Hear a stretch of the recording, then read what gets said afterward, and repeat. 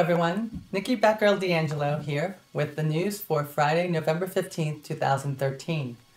We had not that eventful of a week this past week. There was a little bit of a sale that went on until Monday, which was Veterans Day here in the United States. They were selling a skin that pretty much made your Hornet look like the F-7A, which is the military version. Little bit of confusion preceded that.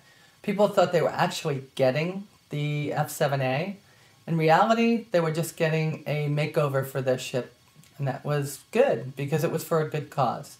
It's for the servicemen overseas and for veterans that were trying to get to the memorials in different parts of the country, mainly Washington, D.C. here in the States. I don't know if that charity actually worked outside of here, but the support is well needed, and I always try to help the servicemen out here. Alright, so that actually helped us along with the shirts and patches that were still left up for sale. And it helped us in a big way to jump the hurdle of the $27 million stretch goal. So essentially at this particular point, we have the Banu Merchantman funded. And it also means that on the 26th, the top secret sale that we don't know about yet is going to include that one ship at least. So the Banu Merchantman we know is coming in the top secret sale. We'll talk about a different sale in a little bit.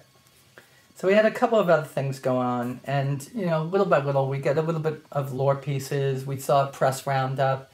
In the press roundup here, you'll see quite a few places that Chris Roberts was either at, or quite a few magazines and websites that the team did interviews with. So they're always out there promoting the game. They are not sitting around just waiting for people to come to them. And I find that very intriguing because Chris is actually helping to develop this game, but he's still getting out there to promote it. So he's kind of wearing two hats, and that's impressive because he's got so much passion for this game, kind of like the passion I have for doing this video for this game. There's a lot of us with the utmost belief in this, and every day that another dollar is put into the pot and we pass another goal, it's just another big giant explosion of trust in CIG. So we've got Chris going all over the place in the last couple of weeks doing interviews, and then we start to get into a few other things. There's some lore things, like I said, that were announced, and I would love to talk about them. It's State of Ball last week. We had in Lore Builder episode 4 and again in episode 5. We had another one of those news flashes that appears in the in the news roll every now and then. And I like to keep those so I can talk about them in a lore section. So if you're interested in those, just go out to the main website and just check through them and you can see what was happening there. We also got to meet another one of the Star Citizen developers. In this case, a concept artist. His name was Elijah McNeil, I should say is. And these gorgeous pictures that are going by, or I should say artwork, that are going by here are his.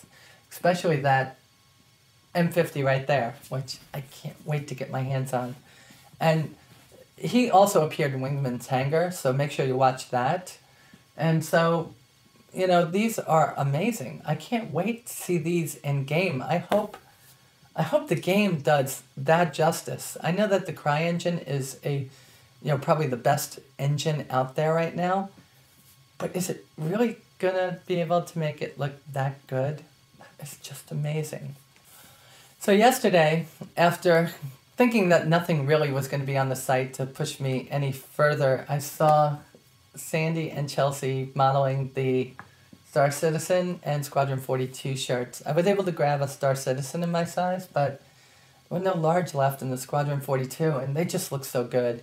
Guys, you look great in those shirts. You should have been modeling them in the beginning. I didn't know they looked that good. Right after that, we lead up to today, and today we started off with Wingman's Hangar. And Wingman's Hangar had some interesting information. We got to meet and hear about all the artwork that I just showed you and about Elijah McNeil. And we also got quite a number of questions answered, and then they alluded to the sale that was going to be going on. They also handed out an MVP, which kind of slighted me and the Star Citizens Addicts Anonymous thread. But in the long run, the MVP went to a gentleman named Warhawk, which I applaud because it's a very similar thread. It's Star Citizens support group, and it's in the general chat. And I think it was a good idea for him to put it there because I hadn't put mine there. And I've already posted there. I did have a conniption for a little bit. Not because I didn't get named MVP, but because there's a lot of people that have put into this thread.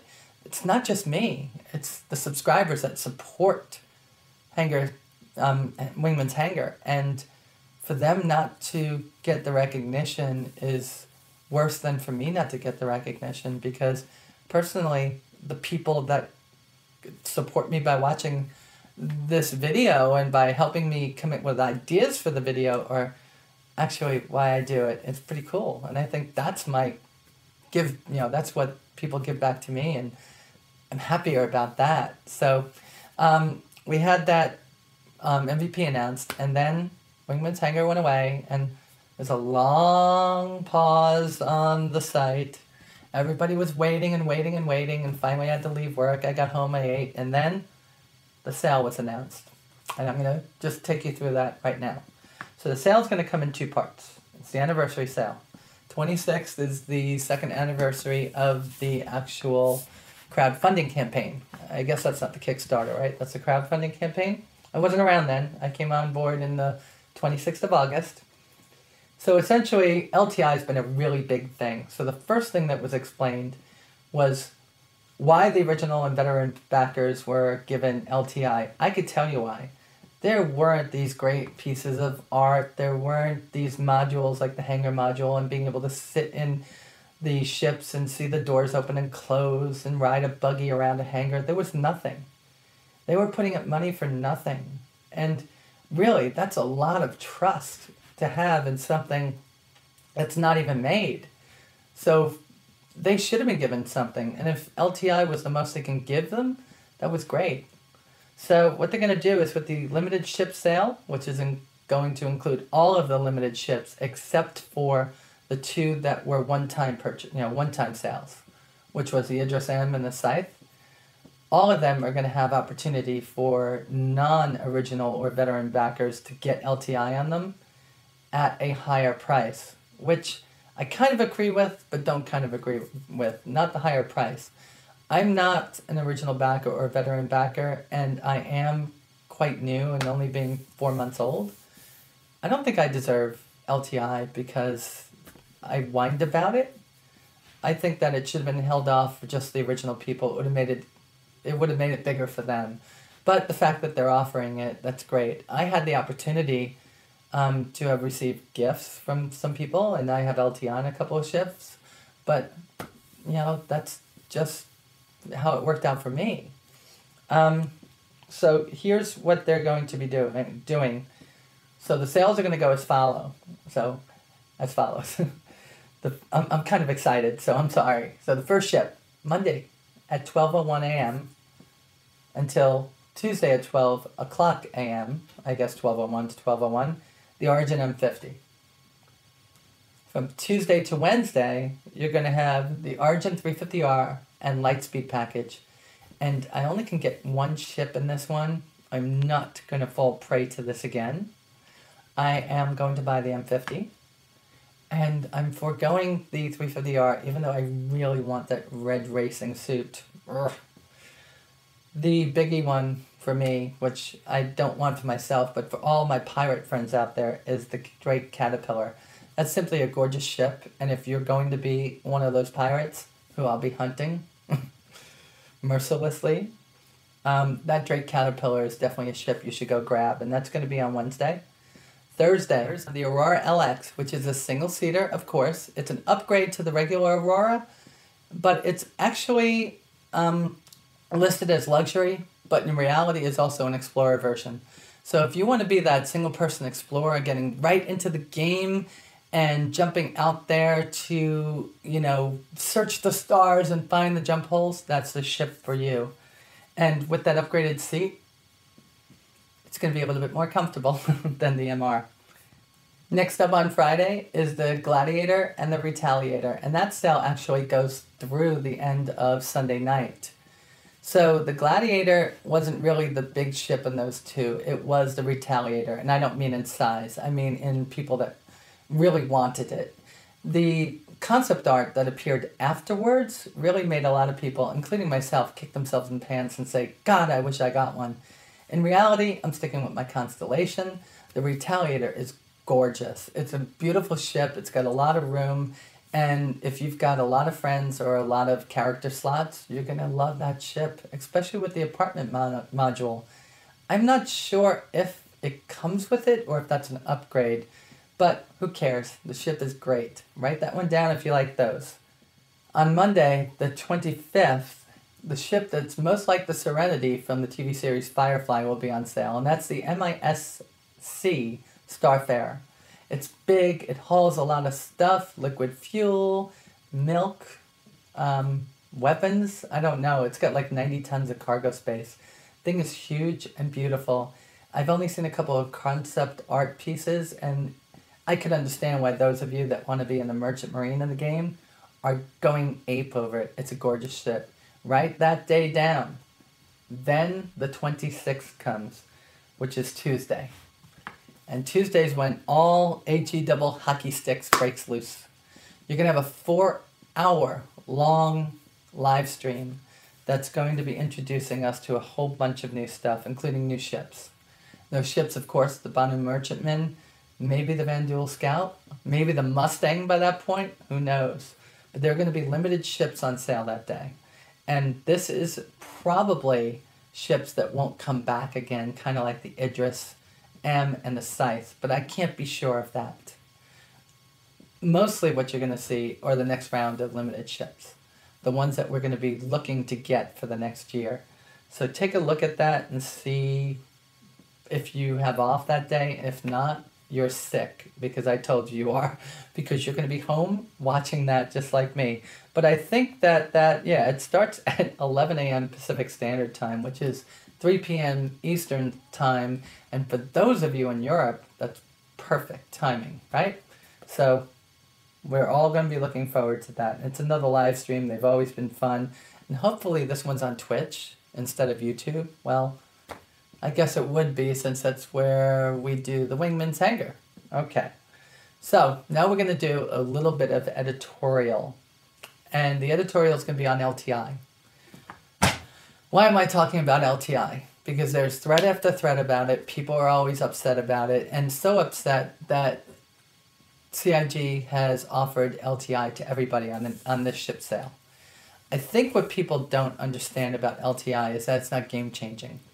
We're going to make a lot of money in the game just from running equipment back and forth to the manufacturers of our ships and our weapons, or by doing bounty hunter missions and merc missions, or by being a pirate and just stealing people's stuff. We're going to have a lot of cash in the game. UEE cash. Right now it matters because we have a dollar or euro or pound or whatever your currency is value on the ship, and we fear that if the ship blows up and goes away, we've lost real dollars. And that's not the case. Once this game starts, all the currency all of a sudden is UEE credits. And once you start making those credits, you're going to have enough money to actually buy the insurance on a monthly, quarterly, yearly basis. I'm not sure which one it is now. And that's going to negate all this LTI worry and loss of dollars worry. So you're always going to be paying for that, and you're going to want to make sure that you do that. Remember, the building immersion into the game and ensuring your vessel is immersion. We've had to do it in Eve. We should do it here, right? If we look at the Aurora, the 2943, the MR, the CL, the Clipper, the LX, they were here in performance. But then 2944 came, and we have the LN, which is by far a much more capable vessel. There are amazing concept artists, developers, designers, and well, let's just say there's amazing people on this project.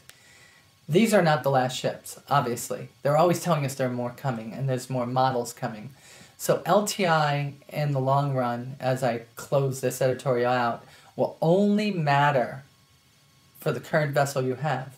By the time the next year comes along and a new vessel is released, possibly, LTI no longer has any bearing whatsoever, because now you're in a new ship, and LTI in a ship that you're not going to use as much doesn't matter. Okay, I'm done. Stay tuned for the Kellogg system, which is going to be our lore segment, the extended preview of the F7CM, and it's a preview because I still think that model is a work in progress, obviously, and then another confession of a Star Citizen, and then, well, I'll leave it up to you guys. I think we're going to have something special at the end. Thanks. Bye.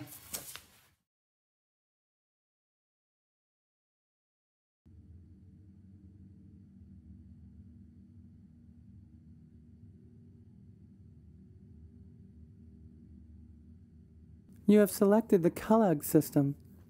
The Kellogg system is located near what is generally considered Vandal territory. Although the organization of Vandal tribes is still not well understood, it seems that none have claimed Kellogg as their own yet. Although no enemy raiders have been spotted in system, travelers are advised to take extreme precaution in the region. The Kellogg system consists of 6 planets orbiting a G2V yellow dwarf extremely similar to Earth's own sun. 2 of these worlds are inhabited and offer attractive trading opportunities to the interested trader. Kellogg 2, known as Schiss, is slightly closer to the star than Earth, creating a lush tropical paradise world. Kellogg 6 is at the outer edge of the system's green band, a barely inhabitable rock which the UEE has converted into a prison world. A visit to Kellogg is not for the faint of heart. The system is ranked 6 on the Galactic Insurance Chart, meaning that should loss of vehicle occur there is no repayment of cargo fees, and upgrade replacement would be available only at a slight loss. There is nothing necessarily dangerous in the system itself, particularly for law-abiding pilots, and the rating instead reflects the simple truth. There are limited reasons an honest person should be there in the first place. Kellogg 2. Schiss is the reason for the Kellogg system's unusually high insurance rating for a system with a distinct UE presence. The planet is dotted with deep multi-canopied jungles with a biodiversity that rivals anywhere in the galaxy. From a warm sea that is home to 10-foot crab monsters, to a rainforest that plays host to millions of insects, primates, and most famously, flowpets. Few can forget the flowpet craze of the previous decade. The unusual animal best described as a cross between a house cat and a jellyfish was all the rage on Earth, with the rich and powerful desperate to collect and breed them to show off their bejeweled internals. Kellogg 2 was their point of origin, where the first of their kind was captured by an intrepid privateer who initially believed they might be as delicious as they look. Further study has definitely established that flowpets are not edible. Interest in the creatures has fallen off, and the offspring of those initial creatures can now be found inhabiting the sewers of every significantly developed world. Visiting Schiss is also strictly forbidden. The UEE Subcommittee for Development and Expansion, SDE, has identified the planet as a developing world, citing the existence of the Orms, a primitive hominid-like species centered near the planet's north polar regions. Orms have, in the past 300 years, begun to develop more complex social interaction schema and extremely primitive Stone Age tool use. Although their culture is of interest to scientists who sometimes buy equipment and preserve food depending on the season, the Orms themselves are not worthy of note for traders. They produce nothing valuable, and they themselves are not civilized enough for use as labor. The black market, however, is rampant. Although the planet is protected by a web of reconnaissance satellites, the UEE generally lacks the ability or the interest in properly policing the orbit. Incursions made without proper amount of stealth are recorded and can harm a pilot's citizen rating in the long run, but there is little danger of running afoul of orbital batteries or encountering a stray destroyer squadron. Kellogg 6. Kellogg 6 is home to the UEE's massive quarter-deck prison world, a maximum security penal facility that incarcerates hundreds of thousands of hardened criminals. Quarterdeck is a full-process antimatter refinery, which means that the extremely valuable fuel is available more cheaply here than it is anywhere else in the galaxy. Antimatter processing is an incredibly dangerous affair, and it kills dozens of prisoners a day. But reduced sentences are given to those willing to perform the work, helping to ensure the UEE Navy and the Merchant Marine are fully fueled. However, interested merchants should note that transporting antimatter is extremely dangerous. A fully upgraded cargo hold is necessary, and anyone attempting the run needs to broadcast and clear their manifest. No pirate wants to tangle with an antimatter transport because the simplest engagement will quickly lead to an explosion, killing all parties involved. The UEE has also developed a system by which wanted criminals can be delivered directly to quarterdeck by properly bonded bounty hunters. A Class 6 Justice Star satellite sits at the planet's closest Lagrange point, allowing processing, trial, and sentencing to take place swiftly and efficiently. Booking officers on the quarterdeck frequently pay a premium for wanted men, reflecting the reduced cost to the UEE that comes with having prisoners delivered directly to the system. As on any prison world, there is also an active black market. Merchants who can deliver luxury entertainments to the planet without attracting the attention of the UEE wardens are handsomely rewarded. Of special value on quarterdeck are narcotics, which much of the population prizes as the sole escape from the danger and dreariness of forced antimatter mining. Final tips. Kellogg is a system with an immense opportunity for profit, but it is one that inexperienced merchants should avoid at all costs. Hundreds of interested newbies have noted the profit margins and afterburnered straight to the system, only to find themselves the target of UEE forces guarding quarterdeck or a tasty dinner for a Shishian sea crab. Don't make their mistake. Equip your ship properly, focus on stealth when dealing with any black market shipping, and tread lightly wherever possible.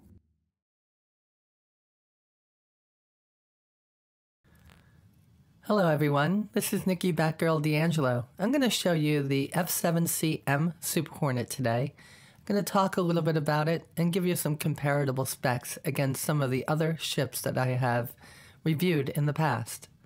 We're in my deluxe hangar. I will show a short video of it in the business hangar. I think last week's Avenger in the business hangar worked out. I just think that I'm going to do this one from the deluxe hangar as I had some issues with the initial shooting of this, and I found that I needed to shoot it again and just didn't want to send the ship back to my other account, as occasionally I have issues with that showing up. The last time I did that, it took 24 hours, and I just want to get this done today. So this is the spot that my Anvil Gladiator will take. And the spot in front of it is going to be for my freelancer if I could ever save up the money for it before Christmas. Children first. I will not be buying myself any gifts until after my kids are taken care of. So here we are in front of what is quickly becoming one of my favorite spacecraft. This is Anvil Aerospace's F7CM Super Hornet. It's a militarized version of a civilianized version of a military craft. That's kind of a mouthful if you think about it, because they weren't intending upon releasing this as a civilian craft at first. And if you remember from last week's little lore section about Anvil Aerospace, it actually almost ripped the company apart until the UEE intervened. The UEE figured that if local militias could have a squadron of F-7Cs instead of Cutlasses, it would help to deter the border incursions by the Zayan and Vandul in the outer reaches of the known UEE space. So we're going to take a little walk around the ship and talk about some points. The first thing that you see over here on the starboard wing is going to be the two wings that actually articulate and swing back. In atmospheric flight, I'm sure they're needed. but in space, not really. And they will articulate outwards. I'm wondering if this is on a pivot. It seems to just be hung there without any way of attaching at all. Yeah, there's no real attachments. These models probably are not done. All right, so here we have the huge ram scoop for hydrogen intersystem. That keeps the fuel tank filled as much as it can. There is a bay over here on the side that will hold some missiles. When we go over to the holo table in a little bit, you'll see they just don't have the attachment points on yet. So we're going to move to the front of the ship. This has a very aggressive stance, kind of like it's going to jump off the deck right at you. And I think it's because the gear is slightly bigger in the back and slightly smaller in the front or lower. What that does for you is it gives you this aggressive stance that makes it look a little bit more, oh well, we'll stick with the word aggressive instead of trying to create new ones. All right, we're going to come around the port wing. We're going to see the other M4A laser cannon from Bering. This is the same gun that is on the Constellation. Only it's so high up we can't get a good look at it unless we jump on top. Okay, so back here up top you see a thruster of some sort. This one is not marked as of right now. Not sure what it is, but it looks like it's a thruster, and I believe in one of the videos you see it articulate. I'd have to go back and look at that some. What I'm going to do now is I'm going to move underneath where you see 4 more. You got 2, and you got 2 over here. So there are 4 more maneuvering thrusters.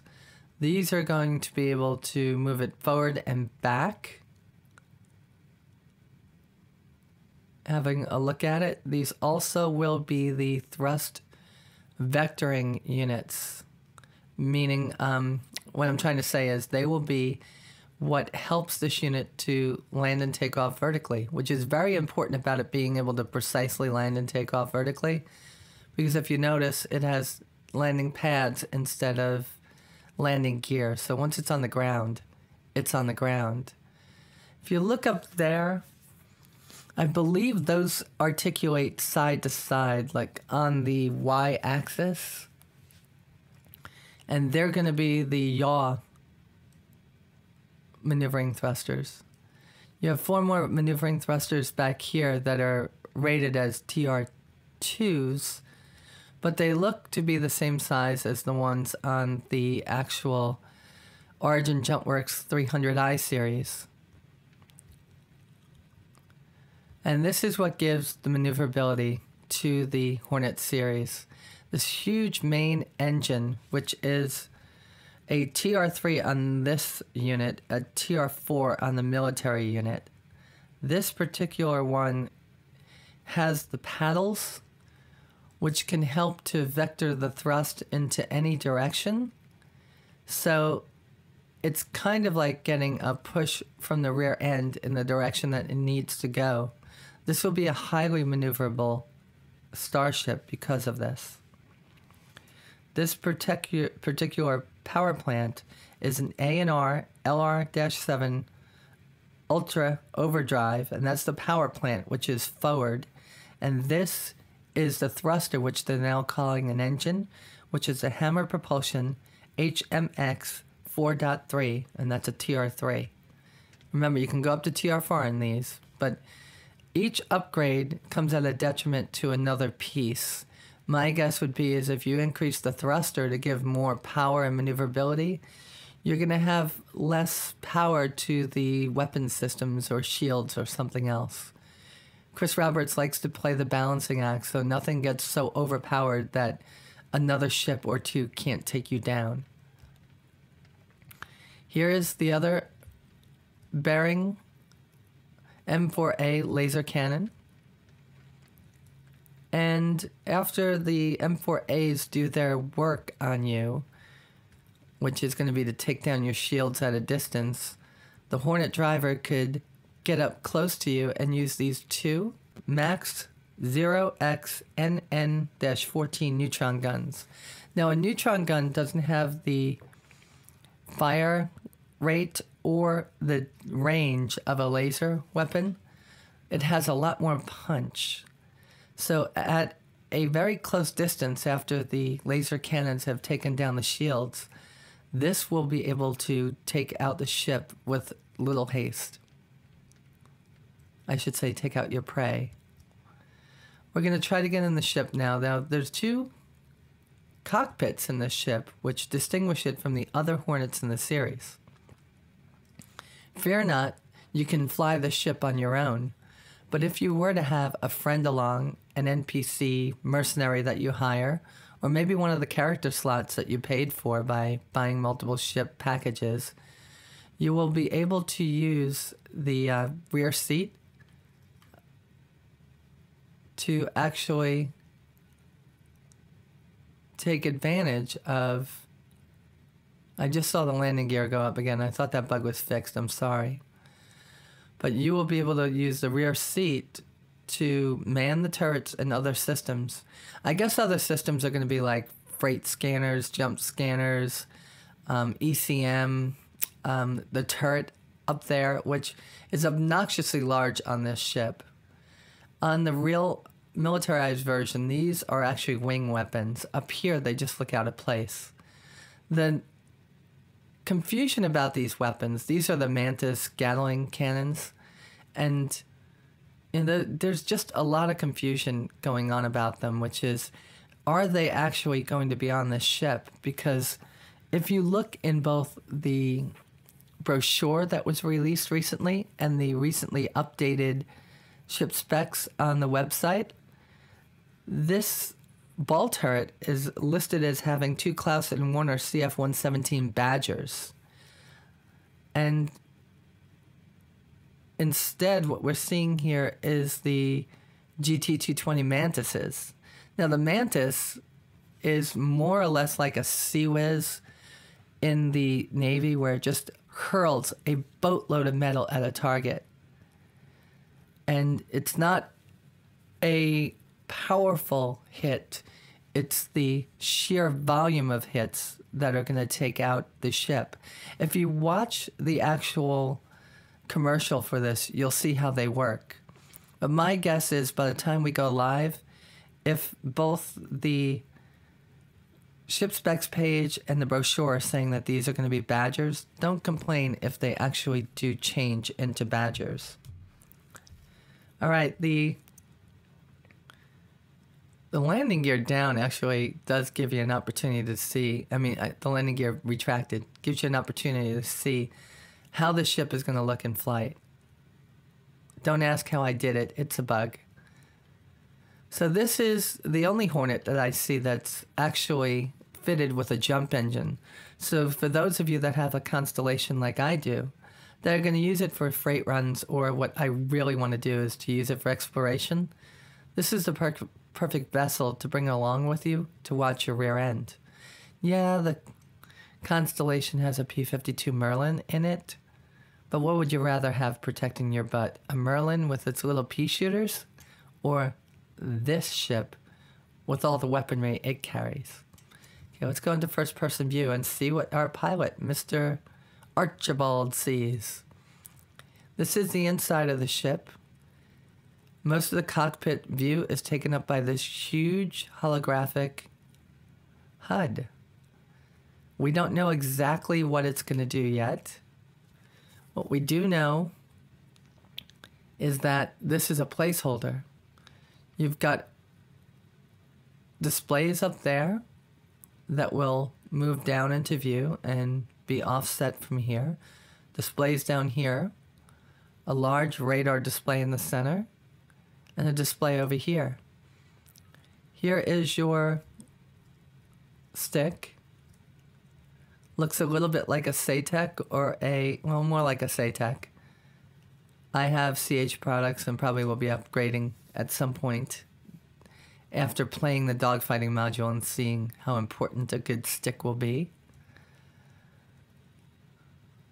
All right, so we have a nice field of view, but I think what we do lack in view, this holographic HUD is going to make up for.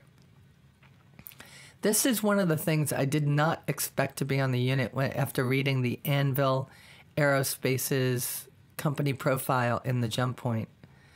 They were talking about how the super secrecy laws kept them from being able to put a lot of the systems in there, and that many of the systems, including the gaskets for the canopy and the boot locks for the rudder pedals, were actually had to be reverse engineered. So to find a military grade 3D holographic HUD inside makes me think that there are some other things that might be in there. I hate this part of it, trying to get up on top. There needs to be a walk feature in this game really fast. If not for immersion, for accuracy of trying to maneuver yourself up. Alright, so what we got here is the secondary cockpit. And I can jump in it and I can show you how great the field of view is, but I'm going to do that after I walk around the upper wing. The second cockpit, like I said, does not need to be manned. It can be empty, or it could be empty when you start your mission, but manned by your bounty that you've taken out and now have to bring back to a holding facility. Here are those two obnoxiously large Gatling cannons again. I actually think they're pretty cool, and they're so big I feel like there should be somebody back here just manning them. The detail level. Now I do have this in 2560 by 1440 right now.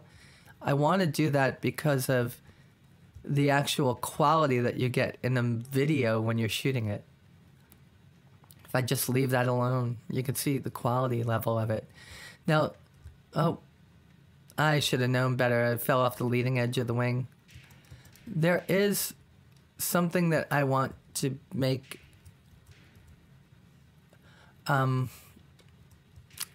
There's a lot of talk from different people that why do we need a Gatling cannon?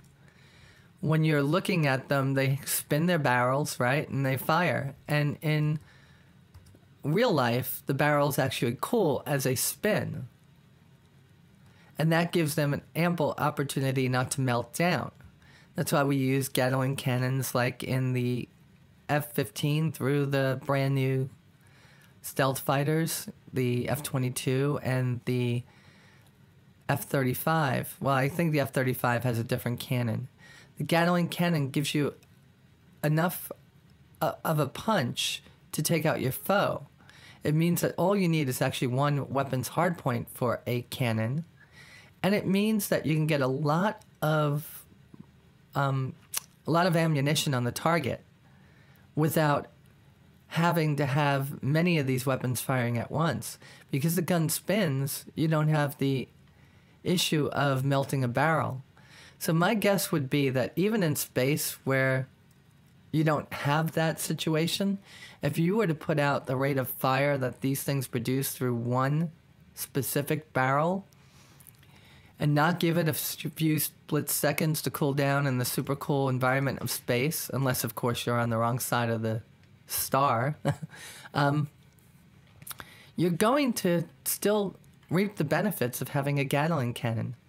But what's the difference? These things are just really bad and give it an awesome look. All right, I want to get back up here and just look at one thing, and that's this over here. I do believe that these thrusters right here actually articulate side to side. I've seen that in one of the videos, and I think that these might not be listed, or maybe they are, because it lists 8 maneuvering thrusters. And the maneuvering thrusters are as such, and this is what I think they are if you look down below. I think that you have the Anvil Flex MK2s, and then you have Anvil Joint MK2s, 4 of each, and that's all that's listed. Now you see 4 on the rear section, which is right near the engine, and then you got the 4 underneath. But these right here are not listed. Nonetheless, there's a lot going on this ship. A lot that is good. I would say that this is one of the most kick-butt ships that I've seen in the game so far. Let's sit in this seat. It's going to put us on the ground and move back up. Now this satisfies something I asked about last week, which was, wouldn't it be really amazing if the Avenger could have a rear cockpit? And now that we go to the ship spec page, we understand that it's going to have two versions. One that looks like a fan-produced little video where you'll enter through the back and come into the cockpit, and it will look kind of like a 300 inside. I'm kind of disappointed by that, but kind of excited about that. I think there should only be one 300 ship in the game, but if you're going to have that big entry into the back, it made sense. But in the tandem seat that they have given us in our hangars, I said, wouldn't it be great if you could just use it like a trainer and take people out for check rides and stuff in your organization and see how they do? And here is the perfect example of a very, very well set up trainer. And although this is a combat ship, you see the field of view back here isn't too limited. And I'm thinking that this HUD, which shows more placement of avionics, is set up specifically for this rear seat. However, I wonder if it could be changed out for the same HUD that you have in the front, just with a flip of a switch. But still, it's satisfying one of my questions, which is, can you actually use this as a trainer? So I'm guessing that this ship could be, because you have throttle, stick, rudder pedals, and weapon systems and everything at your beck and call in the rear of the ship. So just to go over some other points of the ship, and of course by now you've seen the little titles go by with these already in it. You have 4 weapon systems pre-installed and many others that are available in the back of the brochure if you take a look. We have a maximum of 2 crew, but a minimum of 1. It's a long fighter at 26 meters. It's got a very wide beam at 22 meters, and I wonder if that's when the wings are fully swung out. And it's 7 meters high. It's got a low profile, but not really a super low one. I still think the Avenger had a smaller one. You have a max power plant size of 4, we already talked about that, and a max engine of a TR4. 8 maneuvering thrusters. You have the Gorgon Defender All-Stop FR shield. I'm still waiting to know what the actual numbers are on that one. You have the Taurus Leap Jump engine. The range of this has been extended to multi-system.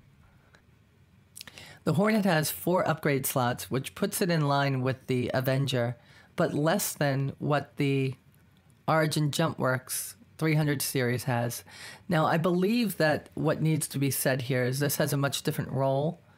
The Origin JumpWorks 300 series is a multi-role spacecraft. It can handle exploration, light mercantile. It could be a fighter escort, interdiction, and of course you have a whole racing version. The Hornet really has one mission, and that's to take out the enemy. It's a military spacecraft. So when we're looking at this, it's really going to be good at shooting things down. So this is a bounty hunter, escort, interdiction. With the weaponry it has, capital ship stalker. So that's my Hornet review. At some point in the future, I'll do a Hornet versus blank little excerpt like I did last week with the revisit to the Avenger versus 325A. With that said, until the next time I do one of these, keep watching and don't forget to subscribe. Stay tuned for another confession of an addicted Star Citizen.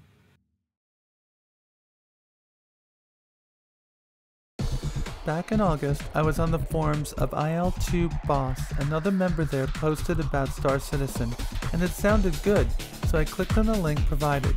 Little did I know how much this would change my life. So I did a quick sweep of the site, and within 10 minutes had set up an account. I then went about having a closer look at the site. Wingman's Hangar? Wonder what that is. Holy shit, go to store, pledge shit. What will I get, bounty hunter? Yeah, that will do. Can't remember how long it was, but I think a couple of weeks passed. When we got the Hangar, I loaded it, and behold, my beautiful 300i was waiting for me. I could not believe how good things looked at this stage of development.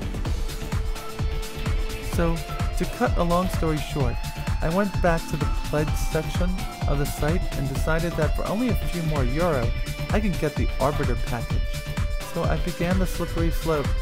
What followed was the Pirate Pack. Then I felt sorry for the Aurora because I had not got it and may have hurt feelings. Only one answer for that. So more Wingman, more foreign posts, added some beer, got me a subscription, some posters, weapons, got the new LN upgrade, got an LN for my daughter. It's not like money isn't going to a good cause after all. Another week goes by. That Connie is looking at me funny. The wallet will help you. So, yeah, hello Connie. Then the Hornets came along. FFS Chris, leave it out. M8 for the love of God. I'll have a ghost and a super please. Then, of course, you gotta support the troops. So, a nice F7A upgrade for the super bug. Some more beer.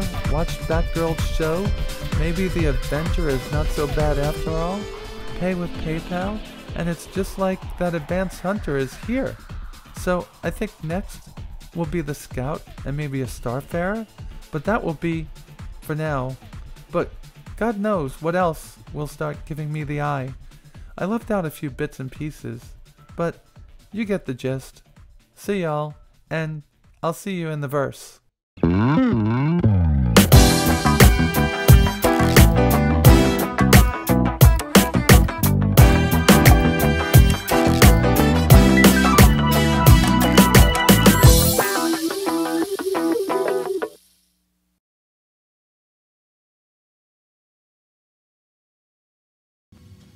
Hey Eric, Robin, Ben, this is Nikki Batgirl D'Angelo, and I just have a quick question. My ships get dirty, my ships get broken, someone blows off a wing, and maybe a tire pops. Is there going to be somebody that I can hire and keep in my hangar, kind of like a mechanic?